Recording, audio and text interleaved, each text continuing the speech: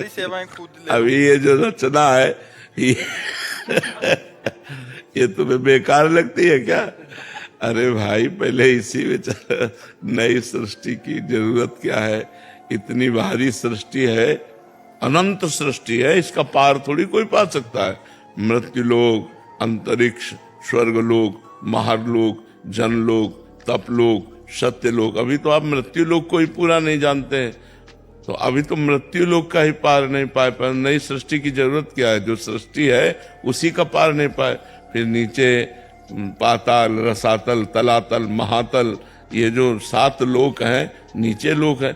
इस पूरे को एक ब्रह्मांड कहते हैं। ऐसे करोड़ों ब्रह्मांड है। दिखरावा ते माते अद्भुत रूप अखंड, रोम रोम प्रतिलागे कोटि कोटि ब्रह्मांड। करोड़ करोड़ ब्रह्मांड भगवान के एक रोमकूप में वास करते हैं। ऐसे महामहिम भगवान है। तो हमें और सृष्टि की जरूरत क्या? जो सृष्टि है इसी में हम भगवान का भजन कर लें, इसी में हम भगवान का चिंतन कर लें। और मांगना ये चाहिए कि प्रभु कभी ऐसा हो कि मैं आपके शिष्यों का शिष्य बन करके रहूं, मैं आपके दासों का दास बन के रहूं। कभी ऐसा सौभाग्य हो तो आप आगे बढ़ जाओगे, और सबसे बड़े शिष्य बनना चाहोगे तो कुछ नहीं बन पाओगे। बताया ना, परमार्थ में सबसे जो अपने को जीरो समझता है वही आगे चल के हीरो बनता है, और जो पहले ही हीरो बनना चाहता है वो जीरो हो जाता है, वो फिर कुछ नहीं होता। परमार्थ में जो छोटा बना वही महान बन जाता है जाकर के। भगवान उसी को महान बना देते हैं। रचना ओम प्रकाश अवस्थी जी। राधे राधे गुरुजी। महाराज जी, जब अंत में सब परमात्मा में विलीन हो जाते हैं तो पितृ और जीव आत्मा का क्या अर्थ है? अंत में परमात्मा में कोई ज्ञानी होकर थोड़ी विलीन होते हैं। जो ज्ञानी होकर विलीन होते हैं वो उनका मोक्ष हो जाता है। जो अज्ञान की धरा में ही विलीन होते हैं, जब सृष्टि का लय होता है, तो जब पुनः सृष्टि का निर्माण होता है तो फिर वही अपनी कर्म गति में आ जाते हैं। बात लीन होने की जिंदा में है कि हम जिंदा में भगवदाकार लीन हो गए मनुष्य शरीर में, तो हमारा काम बन गया। मरने के बाद सृष्टि का विनाश होने पर भगवान में लय होना, वो काम बनना नहीं है। काम बनना है जीवित भगवान का भजन करके मोक्ष को प्राप्त करना, या भगवत प्रेम प्राप्त करना। समझ में आ रही बात? हाँ, जब तक जिंदा भजन नहीं करोगे, जिंदा में अविद्या अज्ञान का नाश नहीं करोगे, तब तक भगवान में विलीन होने पर भी कोई बात नहीं बनेगी। जब नवीन सृष्टि होगी तो अपने कर्मों के साथ तुम्हारा पुनः जन्म मरण चक्र चलता रहेगा। रोहित अग्रवाल जी। जय श्री हरिवंश। श्री हरिवंश महाराज जी। महाराज जी, आप कहते हैं कि पूर्व पाप नष्ट होते ही आनंद होगा, तो महाराज जी कोई ऐसा जानने का प्रमाण है जिससे पता चले कि पूर्व पाप कितना रह गया? वही आनंद ही प्रमाण है। जैसे जैसे पाप नष्ट होता जाएगा वैसे वैसे उत्साह भजन में बढ़ता जाएगा और आनंद की अनुभूति होने लगेगी। भगवान अच्छे लगने लगेंगे, भगवान के चरित्र का नशा हो जाएगा कि बिना भगवान की महिमा सुने, बिना चरित्र सुने आपको चैन नहीं पड़ेगा। सब में भगवान की भावना होगी, सबको प्यार करने की इच्छा होगी, सबका उपकार करने की इच्छा होगी। ये निष्पाप पुरुष के लक्षण होते हैं। जैसे जैसे पाप खत्म होता जाता है वैसे वैसे मान अपमान, लाभ हानि, सुख दुख, जय पराजय इनमें समान हो जाता है। सुख दुखे समय कृत्वा लाभा लाभो जया जयो, ये निष्पाप पुरुष का लक्षण होता है। और इसे बढ़ाए कैसे प्रभु? नाम जप करो, नाम जप करो, इसी से होगा।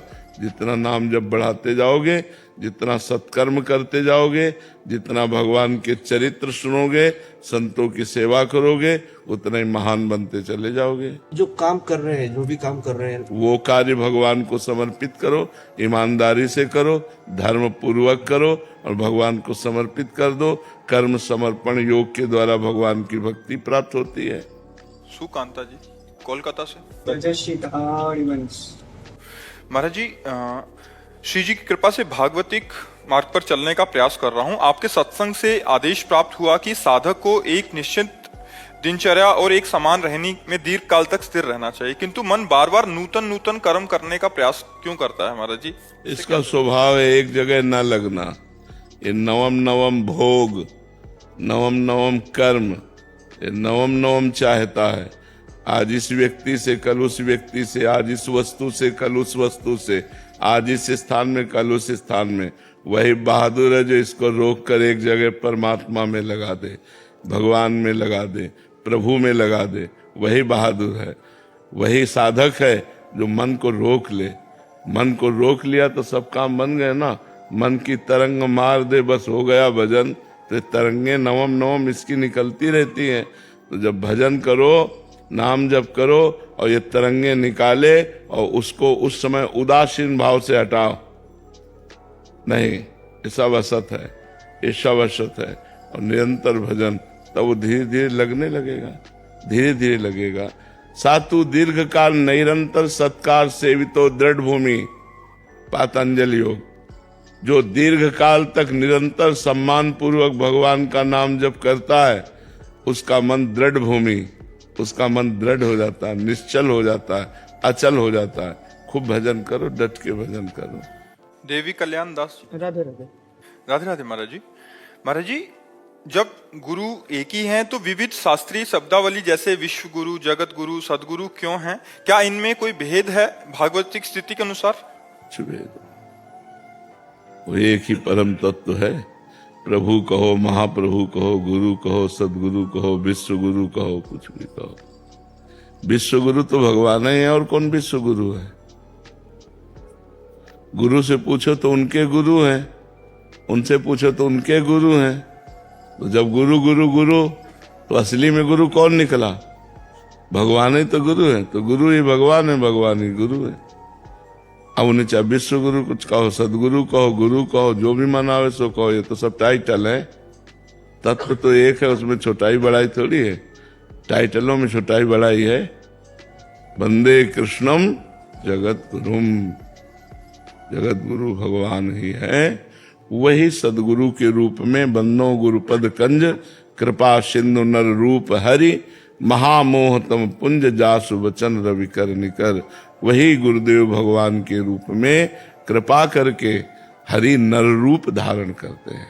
वही हरि नर रूप में, संत रूप में, गुरु रूप में विराजमान है। इन सब नामों से हमें मतलब नहीं, मतलब है भगवान के पावन चरणारविंद में चित्त जो जोड़ दे, वही गुरु।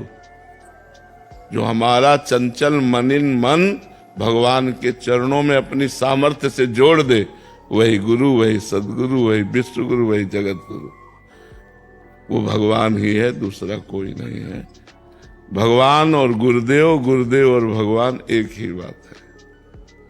अंकित जी। हर हर महादेव।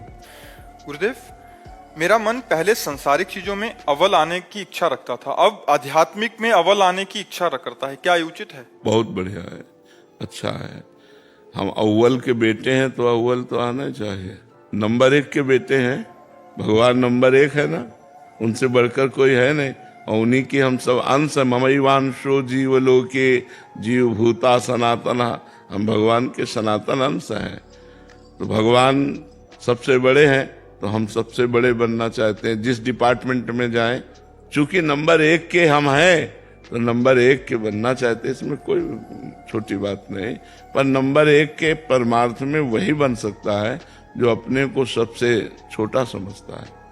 जो अपने को इसमें सबसे छोटा समझता है, वही महान होता है। जो प्रणाम करवाने वाला महान नहीं होता, प्रणाम करने वाला महान होता है। परमार्थ की जो गणित है वो दूसरी है। जैसे मान लो आप लोग प्रणाम कर रहे हो, तो ये कि ये महान है इसलिए प्रणाम नहीं। महान वो है जिसने अपने अहंकार को रद्द करके और सर झुका दिया, वो महान है। परमार्थ में जो प्रणाम करता है, जो छोटा होता है, जो सबको बड़ा मानता है, वो महान होता है।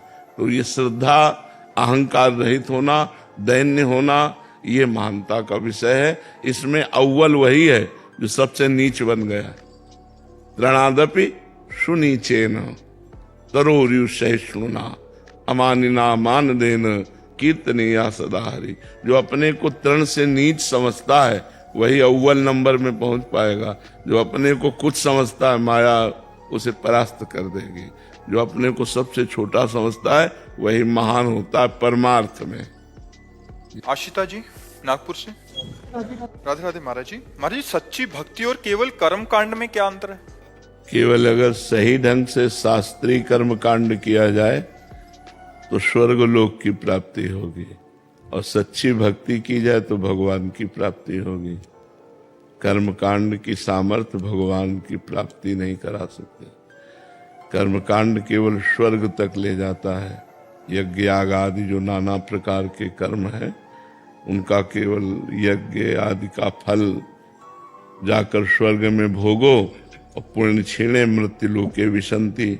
और जो भगवान की भक्ति करता है उसे श्री भगवान की प्राप्ति होती है, जो अखंड होती है, अविनाशी होती है, पुनः जन्म मरण नहीं होता, कोई दुख नहीं होता, अत्यंत आनंद की अनुभूति होती है। जो भगवान का भजन करते हैं, भगवान की लीला कथा सुनते हैं, भगवान की सेवा करते हैं और हर कर्म भगवान को समर्पित कर देते हैं और एक एक श्वास भगवान का सुमिरन करते हैं, वही सच्चे भक्त हैं। ऐसे भक्तों के अधीन भगवान हो जाते हैं, लेकिन कर्म कांड के अधीन भगवान नहीं होते। कर्म कांडों का पुण्य फल मिलता है और उसे स्वर्ग आदि भोग कर पुनः जन्म मरण के चक्र में आना पड़ता है। डॉक्टर सुदेश गुप्ता जी, जम्मू से। राधा वल्लभ श्री हरिवंश महाराज। श्री हरिवंश महाराज जी। महाराज जी, जब हम वृंदावन आते हैं, यहाँ के दिव्य वातावरण और साधु संतों के सानिध्य में रहते हैं, तो ये अनुभव होता है कि यही सत्य है, यही जीवन का वास्तविक स्वरूप है। परंतु जब हम लौटते हैं और धीरे धीरे संसार का जीवन व्यतीत करने लग जाते हैं, तो वही उसी में उलझ के रह जाता है। महाराज जी, ऐसे में अपनी स्थिति को कैसे स्थिर करें? नाम जप के द्वारा, भगवान की लीला गुणानुवाद के द्वारा। हम जहाँ भी भगवान का नाम जप करते हैं, भगवान की लीला चरित्रों का गायन श्रवण करते हैं, वहाँ माहौल भक्ति का बनता है। नहीं बनेगा तो हमारे हृदय का तो बनेगा। जब विभीषण जी लंका में रहकर भगवान की महान भक्ति कर सकते हैं, भगवान कह रहे तुम सारीखे संत प्रिय मोरे, धरो देह नहीं आन निहोरे। तुम्हारे जैसे संतों के लिए मैं अवतार धारण करता हूं, भगवान कहते हैं विभीषण जी को। तो विभीषण जी जब साधुता धारण करके भजन लंका में कर सकते थे, तो हम फिर भारत में या विदेश में क्यों नहीं कर सकते? हमारा हृदय पावन बना रहे। एक हृदय बाहरी वृंदावन और एक हृदय अंदर वृंदावन। हमारे उर वृंदावन और माया काल जहां नहीं व्यापे, यहाँ माया काल नहीं व्यापे। यदि हर समय नाम जप चल रहा है, भगवान की मधुर मधुर रूप माधुरी का ध्यान हो रहा है, भगवान की लीला चरित्रों का श्रवण कथन कर रहे हैं, तो कोई प्रभाव नहीं पड़ेगा। हमारी बैटरी बराबर चार्ज रहेगी। नहीं, यहाँ क्या है, यहाँ भागवतिक माहौल है, तो यहाँ भक्ति की वृद्धि होती है। और वहाँ माया का माहौल है, तो वहाँ धीरे धीरे हमारी भक्ति क्षीण होती जाती है और हम लुभावने माया के दृश्यों में फंसने लगते हैं। लेकिन यदि हम वहाँ भी अपनी भक्ति को पुष्ट रखें, भगवान नाम कीर्तन, भगवान नाम जप, भगवान की लीला कथा, तो हमारे अंदर उतना प्रभाव माया का नहीं पड़ेगा और हम बलवान भक्त होकर के कहीं भी बैठ करके भगवान का चिंतन कर सकते हैं। सावित्री त्रिपाठी जी। राधे राधे। महाराज जी, 70 वर्ष के पश्चात क्या पूर्ण जीवन सिर्फ भगवत स्मरण में समर्पित कर देना चाहिए? 70 वर्ष के क्यों? हम तो कहते हैं जब से होश संभाले तब से भगवान को समर्पित कर देना चाहिए। 70 वर्ष तो बहुत बर्बाद हो गए, बहुत। लेकिन अब लो नशानी अब ना न सही हो। अब जितना बचा है उतना भगवान के चरणों में अर्पित कर दो। हर श्वास नाम जप करो। पता नहीं कौन सी श्वास आखिरी हो, तो जो श्वास आखिरी होगी उसमें नाम जप किया तो तुम्हारा मंगल हो जाएगा, तुम्हारा कल्याण हो जाएगा। लेकिन यदि पहले से भजन का अभ्यास नहीं किया तो 70 वर्ष के बाद आप भजन नहीं कर सकते। भजन करना कोई खिलवाड़ नहीं। हम तो साधारण उदाहरण देते हैं, जैसे हमने कभी जिंदगी में पिस्तौल नहीं पकड़ी हाथ में, तो आप हमको पकड़ा दो तो हमारे लिए बेकार है। हम फेंक के भले मार सकते हैं, गोली नहीं चला सकते, क्योंकि अभ्यास नहीं किया। और आर्मी के जवान को, वो चाहे 90 वर्ष का बूढ़ा हो, उसके हाथ में पकड़ा दे तुरंत वो फायरिंग, क्योंकि उसने अभ्यास किया। ऐसे ही यदि यौवन अवस्था में, जवानी में आपने कभी माला नहीं चलाया, कभी 10 मिनट एकांत में बैठकर भगवान का ध्यान नहीं किया, तो बुढ़ापा में ध्यान नहीं होगा। तो इसलिए हमें लगता है कि अगर थोड़ी भी बुद्धि काम कर रही हो और श्वासें जितनी हैं उतनी भगवान के चरणों में अर्पित कर दो। नहीं, मनुष्य जीवन का क्या लाभ मिला? क्या लड़का बच्चा मकान दुकान रुपया पैसा यही मनुष्य जीवन का लाभ है? तो फिर देव दुर्लभ क्यों कहा गया? दुर्लभो मानुषो देहो, मनुष्य देह दुर्लभ है। इतना तक कह दिया कि सुर दुर्लभ सदग्रंथन गावा, बड़े भाग मानुष तन पावा, सुर दुर्लभ, देवताओं को भी दुर्लभ है ये मनुष्य शरीर। किस लिए? बोले साधन धाम मोक्ष कर द्वारा, ये साधना करके मोक्ष प्राप्ति के लिए, भगवत प्राप्ति के लिए है। तो अब जो अवस्था बची है तो जबान से नाम जप करो। यज्जिह्वागे वर्तते नाम तुभ्यम, अहो वत्सो गरीयान यज्जिह्वागे वर्तते नाम तुभ्यम। यदि राधा राधा राधा राम राम राम कृष्ण कृष्ण कृष्ण ऐसा जिह्वा से रट रहे हो तो कोई भी हो, कहीं भी हो, किसी भी अवस्था के हो, तुम्हारा मंगल निश्चित हो जाएगा। प्रेम जी अहमदाबाद से। जय जय श्री हरिवंश। श्री हरिवंश महाराज जी। महाराज जी, गुरुदेव की कृपा कब कैसे और क्यों होती है? कुछ नहीं कही जा सकती है, कुछ नहीं कही जा सकती है। ये अहेतुकी होती है, अलौकिक होती है, और कभी किसी पर भी हो सकती है। घोर पापी पर भी हो सकती है, घोर नीच पर भी हो सकती है, जो सम्मान से कभी जीने लायक नहीं रहा, तिरस्कृत रहा समाज में, उस पर भी हो सकती है। कभी भी किसी पर न जाने कौन से गुण पर दया निधि रीझ जाते हैं। अहेतुकी कृपालु है, कब कहाँ कृपा हो गई। तो ऐसे गुरु की शरणागति, गुरु का आश्रय, गुरु की कृपा कब किस पर हो जाए इसको नहीं कहा जा सकता। जिसे आप बहुत नीच समझते हो, कुछ नहीं समझते हो, उसी पर कृपा हो गई तो बहुत बड़ा वो संत हो जाएगा। ऐसे हमारे इतिहास भरे पड़े हैं जो समाज के द्वारा तिरस्कृत हुए, निंदनीय हुए, और भगवान की उन पर कृपा हो गई, वही महान पुरुष हो गए। अब चिंतामणि वैश्या में इतने आसक्त थे बिल्व मंगल जी कि उसको देखे बिना जी नहीं सकते थे। मतलब घोर अपराध। उनका ब्याह हुआ, उनकी पत्नी पातिव्रत धर्म वाली, कभी एक बार देखा भी नहीं, और उसी पत्नी के आभूषण सब ले करके चिंतामणि वैश्या को दिया। वैश्या में इतने आसक्त थे कि वो मतलब, और जब धन खत्म हुआ तो वैश्या किसकी? ठोकर लगा करके जब बाहर कर दिया, तो जब घायल चित्त होता है ना, देखो सबको प्यार की जरूरत होती है। आप देखो कोई भी हो, जैसे बूढ़ा आदमी भी है ना, तो उसको अपने बच्चे बहुओं के प्यार की जरूरत है। उसको अनाथालय में भोजन की जरूरत नहीं है, उसे प्यार की जरूरत है। अब जब इतना बड़ा प्यार और ठोकर मार दिया उसी प्यार ने, अब कहीं जगह नहीं, तो जब किसको कहीं जगह नहीं मिलती ना, तो एक जगह होती भगवान की। भगवान श्री कृष्ण के चरणों का आश्रय ले। वो जानते हो क्या कहे गए? बिल्व मंगलाचार्य, बिल्व मंगलाचार्य कहे गए भगवान के। अब वो घायल चित्त जब भगवान में लगा तो वैसे ही प्यार भगवान से किया। भगवान तो प्यार ही चाहते हैं।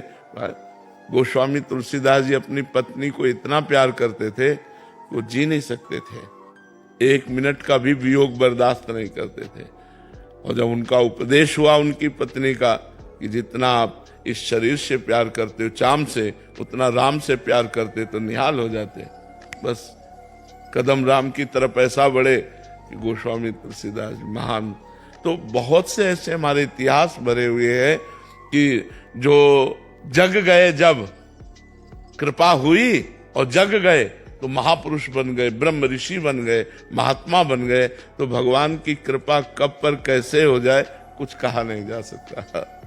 सौरभ जी फिरोजाबाद से। राधे राधे। राधे राधे महाराज जी। महाराज जी, यदि हम किसी धार्मिक स्थल पर जाते हैं तथा धार्मिक कार्य करते हैं, उससे पहले हमारे घर में गृह क्लेश एवं अड़चन सी आने लगती है, हमारा मन करता है हम उस कार्य को ना करें एवं धार्मिक स्थल पर ना जाएं, या ऐसा कोई सिद्धांत है क्या? नहीं, सिद्धांत नहीं है, पाप प्रबल है। जब पाप प्रबल होते हैं तो पापवंत कर सहज स्वभाव, भजन मोर ते भाव न काऊ, जो पे दुष्ट हृदय सोई होई, मोरे सन्मुख आव की सोई। जब हमारे कोई पूर्व के पाप प्रबल होते हैं तो वो विघ्न डाल देते हैं, हम मंगल कार्य नहीं कर पाते, हम मंगल कार्यों की जगह में नहीं जा पाते, हम भगवत अनुष्ठान नहीं कर पाते। पर यदि अपने घर में नाम कीर्तन करो आप। गुरुदेव, मैं आपके पास भी आ रहा था, जी। तब भी बहुत रुकावटें आ रही थी, आज भी आपके पास। हाँ, हमारी बात मान लो। नाम संकीर्तनम यस्य सर्व पाप प्रणाशनम प्रणामो दुख शमनम तम नमामि हरिम परम। यदि आप भगवान का नाम कीर्तन अपने घर में 10-20 मिनट शुरू करें, जो भी नाम प्रिय लगे आपको, और नाम कीर्तन करें, तो सब विघ्न नष्ट होते चले जाएंगे। जहाँ भगवान का नाम की गर्जना की जाती है, वहाँ कलयुग का कोई प्रभाव नहीं पड़ता। शुभ अशुभ विनायकों का, जिते विनायक शुभ अशुभ, विघ्न करे नहीं कोई, विघ्न करे नहीं कोई, डरे कलिकाल कष्ट भय, हरे सकल संताप, हरसि हरिनाम जपत जय। उसकी विजय हो जाती है। बस बात मान लो। अब आज का समाज ऐसा है, पाखंड में ज्यादा फंस रहे हैं, अध्यात्म को स्वीकार कम कर रहे हैं, क्योंकि वो सोचते हैं हमें कुछ करना ना पड़े और पैसा दे के काम बन जाए। तो काम नहीं बनने वाला। जैसे तुम्हारा पैसा, वैसे वहां से सामान मिलेगी। भगवान नाम कीर्तन स्वयं करो। एक अध्याय भागवत का घर में पाठ करो, ठाकुर जी को भोग लगाओ, देखो अभी आनंद आने लगेगा। घर को ही धर्म स्थान बना लीजिए, घर को ही तीर्थ बना लीजिए, घर में ठाकुर जी विराजमान कर लीजिए, उनकी आरती पूजा भोग कीजिए, नाम कीर्तन कीजिए, एक अध्याय भगवान की कथा करिए, अभी माहौल सब आनंदमय हो जाएगा। स्वामी अर्चनानंद जी महाराज, आंध्र प्रदेश से। राधे राधे महाराज जी, प्रणाम। महाराज जी, श्री रामकृष्ण परमहंस देव जी कहते हैं कि व्याकुल होकर गान करने से भगवत साक्षात्कार होता है। महाराज जी, कृपया ये उपदेश का विश्लेषण और मार्गदर्शन करें। जब हम प्रभु से अपनापन कर लेते हैं, अभी हमारा अपनापन देह से है, देह संबंधी भोगों से है, देह संबंधियों से है। जननी जनक बंधु सुत दारा, तन धन धाम सुहृद परिवारा, सबकी ममता ताग बटोरी, मम पद मनहि बांध बर डोरी। पहले बहुत काल तक संत महापुरुषों का सत्संग करे। व्याकुलता ये स्थिति है। जो व्याकुल होकर भगवान का गुणगान करता है, ये एक स्थिति है। ये कोई ऐसा नहीं कि अभी कोई गान करे भगवान प्रकट हो जाए, नहीं तो प्रकट ना हो जाए। अपने लोग तो गाने करते हैं। व्याकुलता पूर्वक जब जिया न जाए, जैसे हमको जल में डुबोया जाए तो श्वास लेने के लिए जो व्याकुलता होती है, ऐसे हमें परमात्मा प्राप्ति की व्याकुलता तो कब होगी? पहले सब जगह से ममता हटे। जो संसार के शरीर संबंधी हैं, उनसे दूरादपाश स्वजनान, स्वजन जो कहे जाते हैं, इनसे हमारी चित्तवृत्ति दूर हो जाए, ममता रहित हो जाए। चाहे वो विरक्त हो या गृहस्थ हो। गृहस्थ है तो सब में भगवान का दर्शन करते हुए सेवा करे, और विरक्त है तो पूर्ण रूप से वैराग्यवान रहे। दूरादपाश्य स्वजनान, अपने स्वजनों से दूर रहे, न देखना, न सुनना, न बोलना, न मिलना। जो वैराग्य का मार्ग है, विरक्त का जो मार्ग है, दूरादपाश्य स्वजनान, स्वजनों से दूर रहे। सुखमर्थ कोटिम, रुपए के द्वारा प्राप्त होने वाले सुखों का त्याग करे। अन्य सर्वेषु साधन वरेषु, जो अन्य साधन है अपने प्रभु के प्रेम में विक्षेप डालने वाले, उनका त्याग कर दे।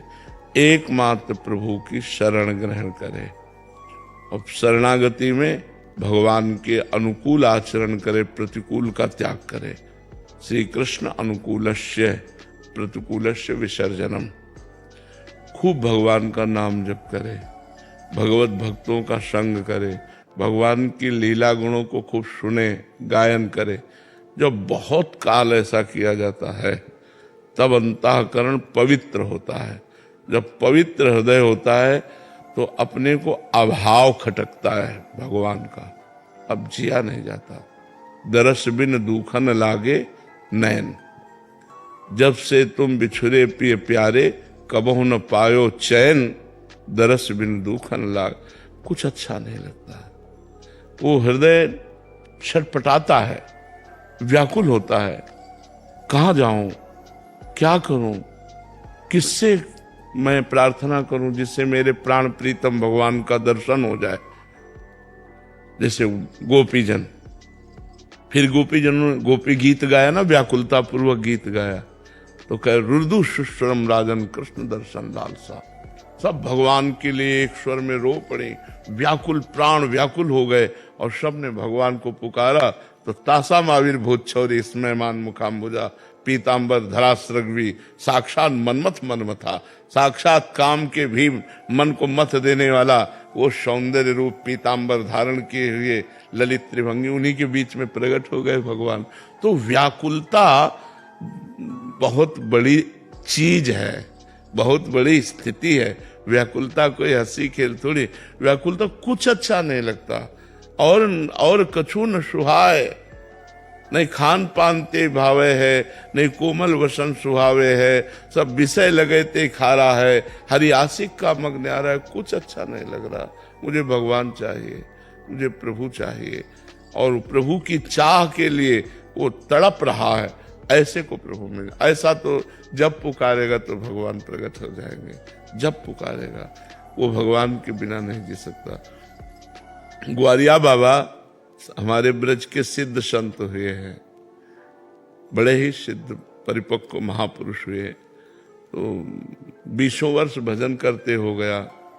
भगवान ने साक्षात दर्शन नहीं दिए, भाव में दर्शन आना अलग बात है, स्वप्न में दर्शन होना, भाव में दर्शन, लेकिन साक्षात का मतलब हम और आप जैसे बैठे।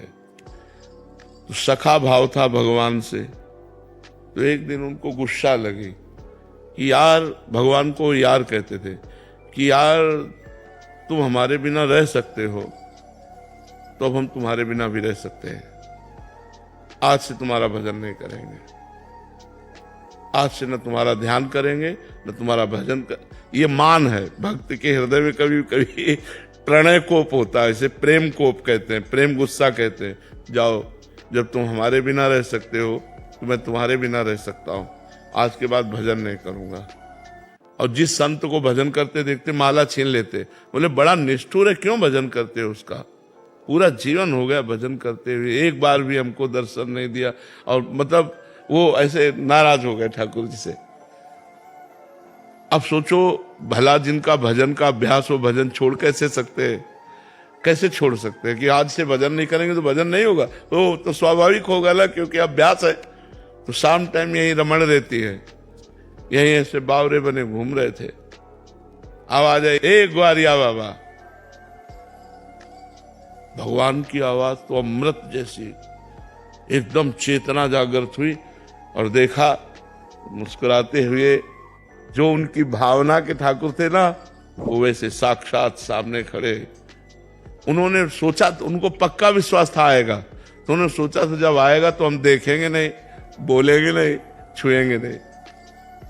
लेकिन जे ही देखा तो सब भूल गए और दौड़ पड़े, अरे यार। और भगवान को ऐसे गले, जब गले लगाया तब फिर याद आई कि हमने तो नियम लिया था। तब उन्होंने छोड़ दिया और कहा तुम इतने निष्ठुर हो। तब उन्होंने कहा कि बाबा, हम व्याकुलता के बिना नहीं मिलते। जिस मिलन की आज व्याकुलता हुई है, यदि ये पहले हो जाती तो हम पहले मिल जाते। अब आज से तुम नाराज मत होना, जब चाहोगे मैं तुम्हें इसी रूप में मिलूंगा।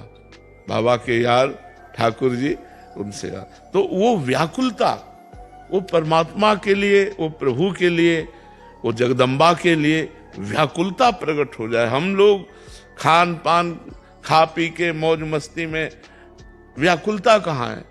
व्याकुलता जब कुछ अच्छा ना लगे, कुछ अच्छा ना लगे, मतलब वो एक स्थिति होती है, वो प्रेमी ही जान सकता है। जिसको किसी से प्यार है और वो ना मिले, फिर उसके हृदय की दशा जो होती है, उसको मर जाना अच्छा लगता है। वो प्रतिपल मरता है अपने प्रेमी के लिए, अपने प्रेमास्पद के लिए।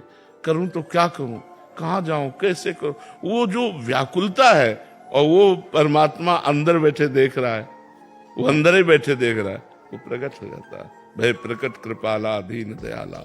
वो चाहता है हृदय में तो हृदय में दर्शन दे देते हैं, वो चाहता है बाहर तो बाहर दर्शन दे। पर वो व्याकुलता आना भाई बहुत कठिन है। वो व्याकुलता आना जैसे जल में हमें डुबो दिया जाए और श्वास लेने के लिए जैसे हम ऐसे व्याकुल होते हैं कि अगर अब श्वास न मिली तो प्राण निकल गए, ऐसे ही अगर अब प्रभु न मिले तो अब प्राण निकल जाएंगे। प्रभु मिले, इस तरह की व्याकुलता भजन करते करते जब होती है, अभी तो हमारे बहुत कोई है, इसीलिए वो व्याकुलता तब होती जैसे मीरा जी कह रहे मेरे तो गिरधर गोपाल दूसरो न कोई, दूसरा कोई मेरा नहीं है। वो तब वो लगन लगती है, फिर अगन जगती है। वो लगन और अगन ही व्याकुलता पैदा कर देती है। हे प्रभु, हे नाथ, हे पुंडरीकाक्ष, हे कमल नयन, कहाँ हो आप, कैसे मिलो, फिर वो बात बन जाती है। अभी तो संसार अच्छा लगता है, भोजन अच्छा लगता है, जीना अच्छा लगता है। जब जीना अच्छा ना लगे, व्याकुलता ऐसी, जब जीना अच्छा न लगे, शरीर भार लगने लगे, अब क्या करूं, कहाँ जाऊं, वो व्याकुलता जब आ जाए तब परमात्मा का प्रादुर्भाव। एक बार पुकारने से आ जाएंगे, एक बार जिन नाम ली हित सो होयति दीन, ताको संग न छाड़हि प्रभु अपनो कर ली। उसके पीछे पीछे हरि डोलते हैं जो ऐसा व्याकुल महाभागवत। लेकिन ऐसा दुर्लभ है, महत्संगस्त दुर्लभ हो, ऐसा महापुरुष दुर्लभ है जो सिर्फ भगवान को प्यार करता है और सिर्फ भगवान के लिए भगवान को प्यार करता है, अपने लिए नहीं। भगवान से कुछ नहीं चाहता, केवल भगवान से प्यार करता है। सतरति सतरति सा लोकांतार्यति, ऐसा महापुरुष स्वयं तर जाता है, स्वयं तर जाता है और लाखों को, करोड़ों को तार देता है। लोक के लोक को पावन कर सकता है। मम भक्ति युक्तो भोनम पुनात।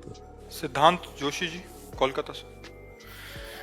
राधे राधे महाराज जी। महाराज जी, आज की इस तेज गति वाली दुनिया में आप धर्म की भूमिका को किस प्रकार देखते हैं? मेरे मालिक का खेल हो रहा है, कहीं सतोगुण का खेल हो रहा है, कहीं रजोगुण का खेल हो रहा है, कहीं तमोगुण का खेल हो रहा है। हम न दुनिया में रहते हैं और न हम दुनिया देखते हैं। हम प्रभु में रहते हैं और अपने प्रभु को देखते हैं। तो हम तुम्हें कैसे बताएं कि दुनिया का हाल क्या है। हमारे प्रभु का खेल हो रहा है, रजोगुणी खेल हो रहा है, तमोगुणी खेल हो रहा है, सतोगुणी खेल हो रहा है, सृजन का खेल हो रहा है, पालन का खेल हो रहा है, संहार का खेल हो रहा है, मेरे प्रभु का खेल हो रहा है। प्रभु तो अब कैसे इसमें बताएं। अब उतर करके इस बात से हम आपको बता रहे हैं कि आज आधुनिकता की प्राथमिकता दी गई है। जिसके पास धन है, मकान है, गाड़ी है, पद है, प्रतिष्ठा है, आज उसी को सम्मान दिया जाता है, चाहे वो बेईमानी करके कमाया हो, चाहे वो जैसे कमाया हो, आज आधुनिकता में। लेकिन ये ठीक नहीं है। एक धर्म से चलता है, साइकिल से चलता है, नमक रोटी खाता है, लोग उसका उपहास करते हैं, मजाक बना देते हैं, उसको जीना मुश्किल कर देते हैं।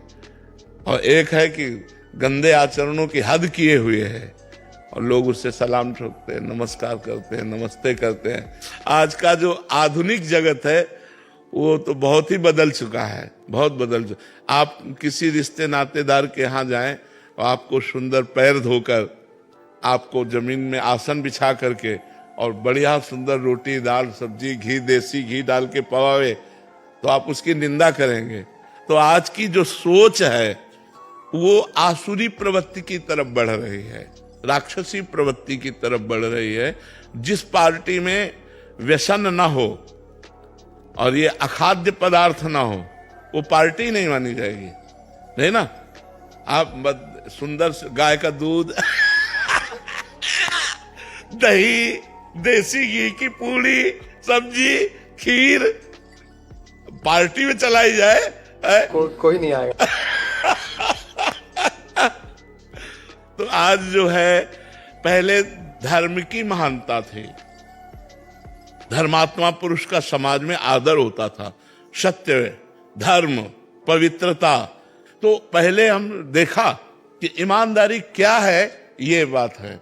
आज आप देखो समाज में कितना, एक आदमी दूध इतना गंदा बनाता है, उससे कहो कि अपने बच्चे को यही दूध 10 दिन पिलाओ, नहीं पिलाएगा। लेकिन वही दूध दूसरों के बच्चों में जाएगा, पेट में दूसरों के बच्चे के, तो उसका क्या हालत होगी। आज घी है, दूध है, जितनी खाने वाले पदार्थ हैं उनमें कितनी मिलावट हो रही है। कैसी आधुनिकता फैली है कि हमारा केवल परिवार सुखी रहे। तो ये आधुनिकता आसुरी प्रवृत्ति की तरफ ले जा रही है, जो हमारे उन्नति में, भागवतिक उन्नति में, आधुनिक उन्नति में, स्वास्थ्य में, हर जगह से हानि ही हानि है। इसीलिए बिना अध्यात्म के मनुष्य पशु प्रवृत्ति वाला हो जाता है। पशु प्रवृत्ति का होता है, पशु माने वो अपना अपना खाना केवल चाहता है, वो दूसरों की तरफ नहीं देखता है। अब देखो आज ऐसी प्रवृत्ति है कि किसी बहन बेटी को कोई छेड़ रहा हो और तुम बगल से निकल रहे हो, लेकिन आप उसमें हस्तक्षेप नहीं करोगे। एक आदमी चैन तोड़ करके भाग रहा है, आप उसे पकड़ोगे नहीं, वीडियो बनाकर जरूर डाल दोगे। एक आदमी का एक्सीडेंट हुआ पड़ा है, आप कार से शीशा नीचे करके वीडियो बना लोगे, लेकिन आप ये कोशिश नहीं करोगे उसको अपनी कार में लेके अस्पताल जाए। आज हमारे समाज में आसुरी प्रवृत्ति की वृद्धि हो रही है और ये बड़ी हानिकारक है। जिसके हृदय में धर्म नहीं है, आस्था नहीं है, तो वो मनुष्य क्या, वो मनुष्य क्या। तो ये मनुष्यता धीरे धीरे जा रही है, इसीलिए अध्यात्म की बहुत जरूरत है। तो अगर अध्यात्म हमारे देश में बढ़े तो सुधार हो, नहीं तो आज जैसे आप कह रहे हैं बात कि आज होड़ लगी हुई है कि किसी भी तरह हम उनसे आगे बढ़ें, ये होड़ लगी हुई है। ये होड़ लगी नहीं है कि हम धर्म से चले, दूसरों का हित करें, दूसरों का मंगल करें, ऐसी भावनाएं प्रायः जा रही हैं। तो हमें लगता है अध्यात्म ही सुधार सकता है। अगर अध्यात्म से जुड़ा जाए, हमारी समाज जुड़े, और हम देख रहे हैं बहुत लोग जुड़ रहे हैं, करोड़ों लोग, लाखों लोग जुड़ रहे हैं और बहुत परिवर्तन भी हो रहा है लोगों को, क्योंकि यहाँ आकर के जब बताते तो हमें पता चलेगा। हम तो कहीं आते जाते नहीं, तो हमको यही पता चलता है कि भाई हमारा परिवर्तन हुआ, हमने शराब छोड़ दी, हमने गंदे आचरण छोड़ दिए, हम नाम जप करते हैं। तो इस तरह से हमारे समाज का परिवर्तन हो